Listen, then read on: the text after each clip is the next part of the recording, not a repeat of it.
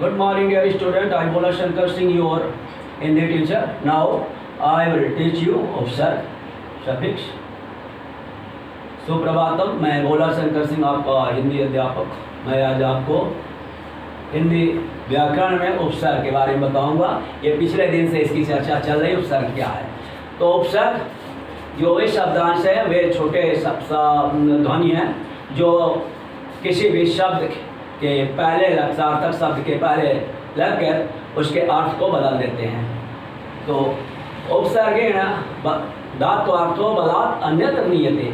उपसर्ग ऐसे हैं जिनसे धातु का अर्थ बलात् जबरदस्ती अन्यत्र जगह चला जाता है, दूसरा अर्थ हो जाता है। जैसे हार में प्रहार माने मारना, ब्यार आनंद लेना, श्रृंगार और नाश करना, तो उसके हार से कोई उसका अर्थ बहुत संबंधित नहीं है। तो इस तरह उपसर्ग ऐसे शब्दांश हैं जो किसी भी शब्द के पहले लग करके उसके अर्थ को परिवर्तित कर देते हैं। ऐसा हम पहले पढ़ चुके हैं।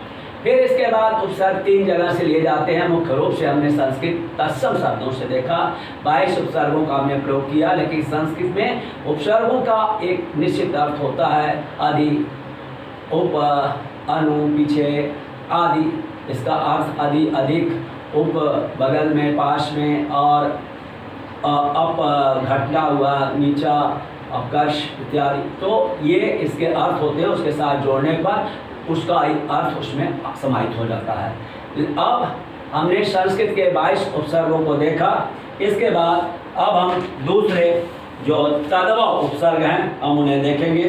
तद्भव उपसर्ग मूलतः संस्कृत के उपसर्गों से ही विकसित हुए। तद्भव उपसर्ग,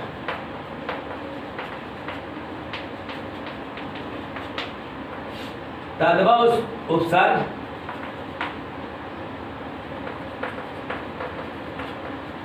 मूलतः संस्कृत से ही विकसित हुए हैं।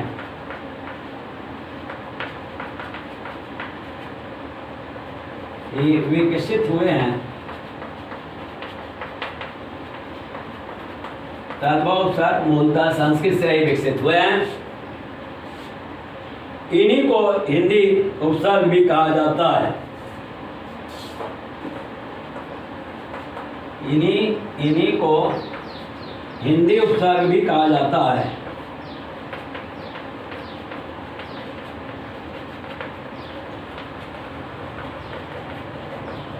तप माने उससे, भव माने उत्पन्न होना है। संस्कृत से ही ऐसे उपसर्ग उत्पन्न हुए हैं और इनको वास्तव में इनको ही हिंदी उपसर्ग कहा जाता है। जैसे अभाव निषेध के अर्थ में, ये अभाव के अर्थ में होता है। जैसे है अनपढ़, अनजान, अनहोनी, अनमोल। अनपढ़, अनजान, अनहोनी, अनमोल। तो इसमें अभाव का अर्थ आता है जो पढ़ा ना हो, पढ़ने का अभाव हो, जान ना पाता हो, इसमें भवितव्यता ना हो, अनहोनी हो जाए, और अबोध जो बोलने ना, अबोध जो समझे ना, इस प्रकार से ये इसका अर्थ होता है। दूसरा है उन। उन का मतलब होता है कम। उन पहला। दूसरा उन। उन का अर्थ है कम होना। उन कम होना। उन कम 49, 59, 69, 49,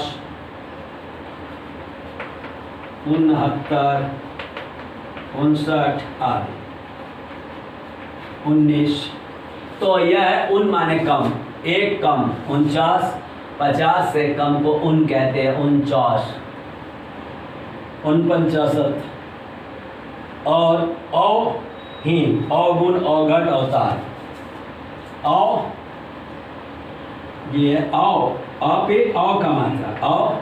हीन के अर्थ में होता है अवगुण, अवघट और अवतार।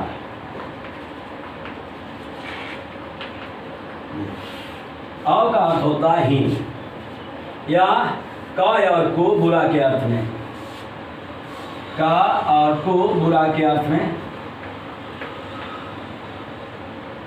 और को ये बुरा के अर्थ में है। जैसे कपूत, कुचाल, कुसंगति। कपूत, कुचाल, कुसंगति। तो ये हिंदी के उपसर्ग है जिन्हें हम तद्भव उपसर्ग भी कहते हैं।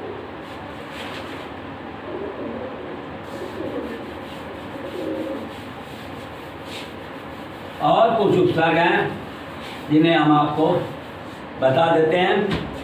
और नी माने रहित, निर से संस्कृत के विकसित हुआ है, ये निकम्मा, निडर, ये सब हैं। और पर दूसरी पीढ़ी में परदादा, पर पोता, पर नाना, सु अच्छा, सपोर्ट, सुडौल, सुजान, अध आधा, अजला, अध पका, अध कचरा, ये सब। और दो बुरा, दुबला, दुलारा, दुधारू, बिन बिना, बिन ब्याही, बिन जाने, बिन मांगे, भर, भरपूर, भरमार, भरसक, भरपेट। और चौपाई, चौपाया, चौराहा, चौकन्ना, चौमासा, ये सब तद्भव उपसर्ग हैं। अब आगत विदेशी, अब हम आगे आगत विदेशी, आगत उपसर्ग। ये विदेशी उपसर्ग हैं जो विदेशी भाषाओं से आए हैं।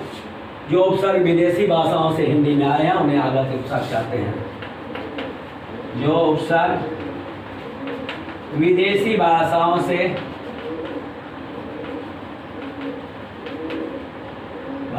से हिंदी में आए हैं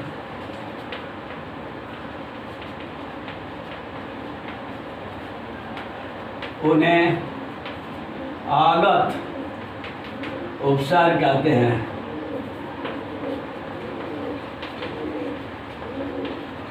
आगत उपसर्ग उन्हें कहते हैं जो उपसर्ग विदेशी भाषाओं से हिंदी में आए हैं। जैसे एक दो उदाहरण ले लेते हैं। जैसे बखूबी, बदौलत वगैरह।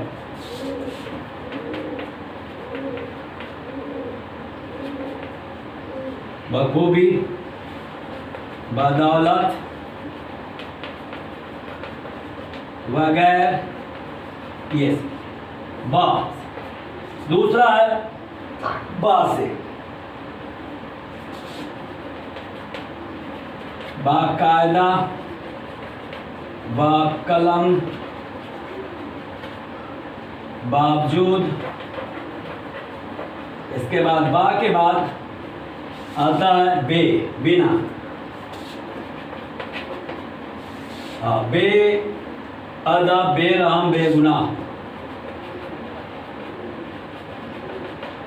बेअदब, बेरहम, बेगुनाह। और बेईमान, बेवफा,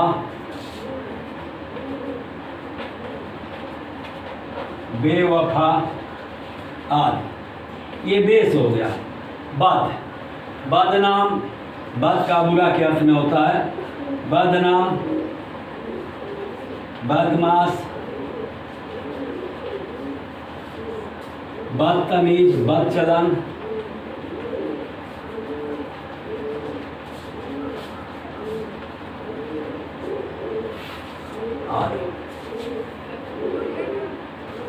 इसके बाद कुछ हैं जैसे खुश, खुशबू, खुशकिस्मत, खुशहाल, खुशनसीब, खुश मिजाज, खुश दिल।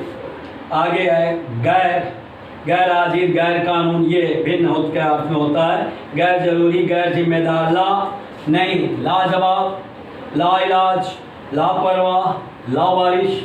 और हम आपस में साथ, हम राज, हम उम्र, हम दम, हम शकल, हम राह, हम जोली, हम वतन, हम नाम। ये साथ आपस में इसका अर्थ होता है हर, प्रत्येक, हर वक्त, हर हाल, हर दिल, हर रोज, हर घड़ी, हर तरफ, हर एक, दर, दर गुजर, दरअसल, दरमियान। और सर, सरपंच, सरताज, ये सब है विदेशी उपसर्ग। उपसर्गों के आधार पर शब्द के निर्माण के कुछ बिंदु हैं। तो प्रायः जिस प्रकार का शब्द है उसी प्रकार के उपसर्ग उसके साथ लगते हैं। अर्थात तत्सम शब्द के साथ तत्सम उपसर्ग और तद्भव शब्द के साथ तद्भव उपसर्ग लगते हैं। ये आप ध्यान रखेंगे कि तत्सम शब्द के साथ तत्सम उपसर्ग और तद्भव शब्द के साथ तद्भव उपसर्ग लगते हैं। कभी उपसर्ग भाषा में बहुवचनित हो जाते हैं और नए नए प्रयोग में आते हैं। जैसे बेजोड़, अथा आदि। संस्कृत में निषेधवाची अन उपसर्ग हिंदी के अन के परिवर्तन के रूप में आ जाता है। जैसे हिंदी में अन होता है तो न पे, संस्कृत में न पे हलंत होता है, और हिंदी में अन होता है तो इस पे हलंत नहीं होता। तो अन का उपयोग लगभग उसी के अर्थ में आते हैं, अनदेखा, अनजाना, अनकहा, अनसुनी। तत्सम उपसर्गों में कुछ उपसर्ग ऐसे हैं जिनके एक से अधिक रूप मिलते हैं। दुर, दुस, दुस, दुस, दुस, तो दुर, दुस आदि। तो इनके विवरण के अनुसार ही लगते हैं। जैसे दुर्लभ, दुर में लगता है दुर्गो, दुर्गो। दुष में दुस्साह, दुरा, दुस्साध, दुष में दुष्कर, दुष्कर्म, और दुष जब बड़ा सा हो जाएगा तो दुश्चर्य, दुश्चिंता। इस प्रकार से इनका हम प्रयोग करते हैं। अब एक उपसर्ग एक से अधिक अर्थों में भी प्रयुक्त होता है। उपसर्ग नए नए शब्द बनते हैं। कभी तो नए शब्द व्याकरण कोटि वही रहती है जो मूल शब्द की है, उसकी व्याकरण कोटि बदल जाती है। जैसे अथा, था, अनपढ़, निडर, अनबन, ये सब। तो अब शब्द निर्माण प्रक्रिया का क्या है? शब्द जो होता है वर्णों के समूह हैं जिनसे एक निश्चित अर्थ की प्राप्ति होती है। वर्णों के सार्थक समूह जिनसे एक निश्चित अर्थ की प्राप्ति होती है उन्हें वाक्य कहते हैं। और वर्णों के समूह से एक सार्थक शब्द बनता है तो उसे हम जो होता है वर्णों के समूह जिनसे एक अर्थ की प्रतीत होने वाले शब्द का निर्माण होता है तो उसे हम शब्द कहते हैं। तो कुछ प्रश्न हैं, जैसे पद कब कहा जाता है? शब्द को पद कब कहते हैं? जब वह वाक्य में प्रयुक्त होता है। शब्द को पद कब कहा जाता है?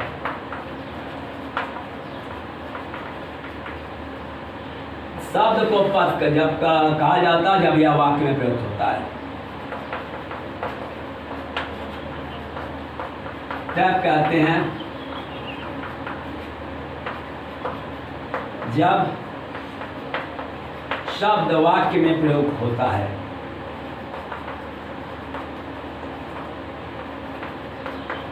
प्रयोग होता है। जैसे राम पुस्तक पढ़ता है तो राम अलग से तो शब्द है, लेकिन जब वाक्य में प्रयोग हो गया तो राम कर्ता कारक हो गया, राम में ने का अर्थ आ गया तो वह क्या हो गया? पद हो गया। शुभंतम दिगंतम च पद संज्ञा। शुभंत और दिगंत को पद संज्ञा कहते हैं, संस्कृत में कहा जाता है। जिनके अंत में शुभ प्रत्यय और तिंग प्रत्यय का विधान किया जाता है उन्हें हम कहते हैं पद।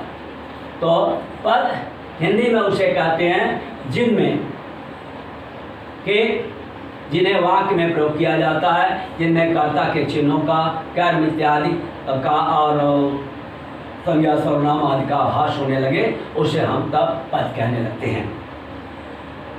उपसर्ग की परिभाषा देते हुए 5 उदाहरण दीजिए। उपसर्ग शब्दांश वे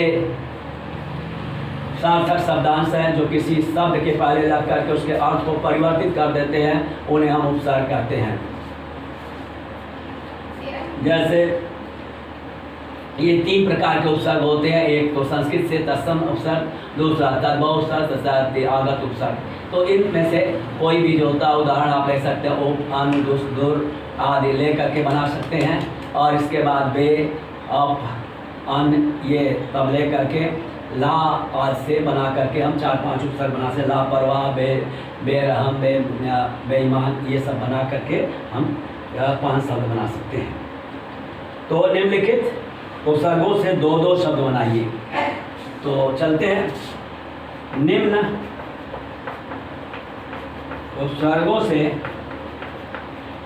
2-2 शब्द बनाइए।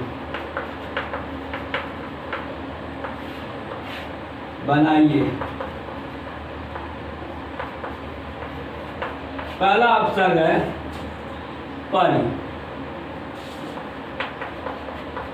परिवार, परिभाषा। दूसरा है उप से उपवास, उपकार, उपवास, उपकार। तीसरा उपसर्ग है अप, अपमान, अपकार। चौथा उपसर्ग है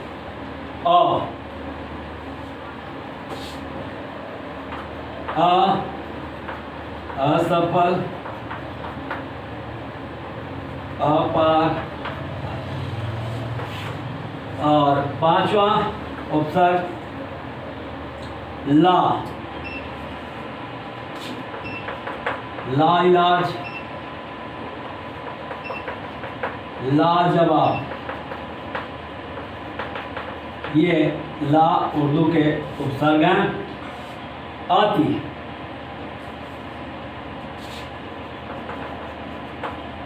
अत्यधिक,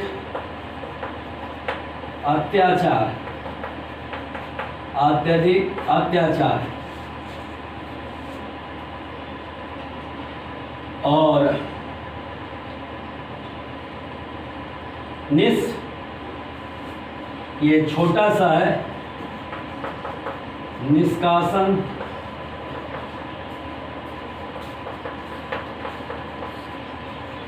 निष्फल। और दूर है, दूर, दूर, दूरदृष्टि, दूर दर्शन। सु है,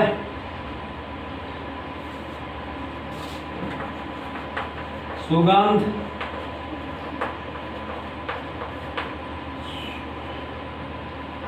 सुस्वाद। बद है, बदनाम, बदतमीज।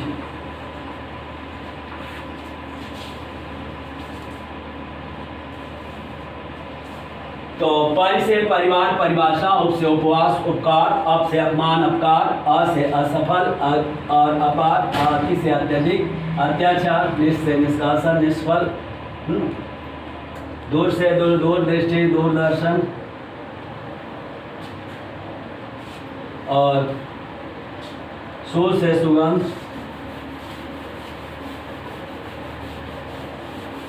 सुस्वाद।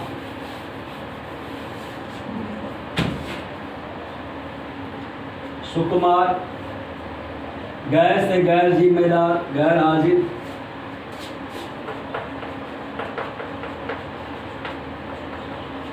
गैर जिम्मेदार, गैर हाजिर। इसके बाद कु से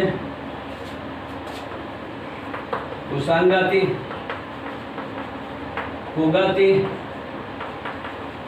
कुमति आदि। कुसंगति, कुगति, कुमति आदि।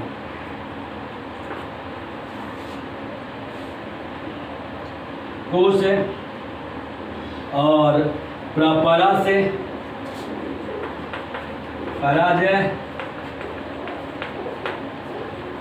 परावर्तन। और आ से आगम, आगमन।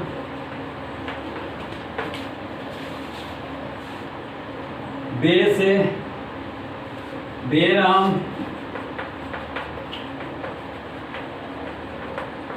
बेईमान। और नी से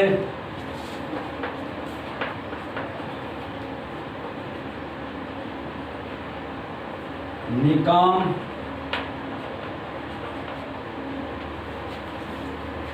निकाय।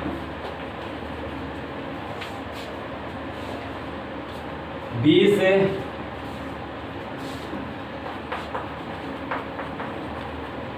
विनाश, विकास।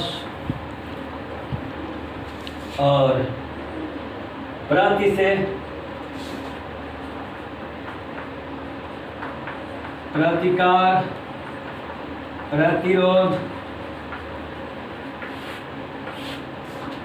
इसके बाद आदि से आदिपाती, आदिकार। तो ये है कुछ प्रमुख उपसर्ग और उनके प्रयोग। आप अपने ग्रामर की पुस्तक में जो अभ्यास प्रश्न दिए गए हैं उन्हें आप अपनी उत्तर पुस्तिका पर उन सारे प्रश्नों के उत्तर लिख लेंगे। कुछ उपसर्ग हैं जैसे अज्ञान में अ है, अनार, अपात, अनेक, इसमें बताना है और करिए। इसमें 4 विकल्प दिए गए हैं, उन शब्दों को रेखांकित कीजिए उपसर्ग का प्रयोग नहीं हुआ है तो नहीं उन सबको रेखांकित करना। तो अज्ञान में है, शेष में, अपात में है, अनेक में है, अनार में नहीं है, ये सब तो आपको करना है और आप अपनी उत्तर पुस्तिका में दिए गए प्रश्नों के उत्तर लिखेंगे। ये उपसर्ग आपका समाप्त होता है। अब प्रत्येक अगले दिन बढ़ाएंगे, तब तक के लिए आप लोग अपनी तैयारी कीजिए।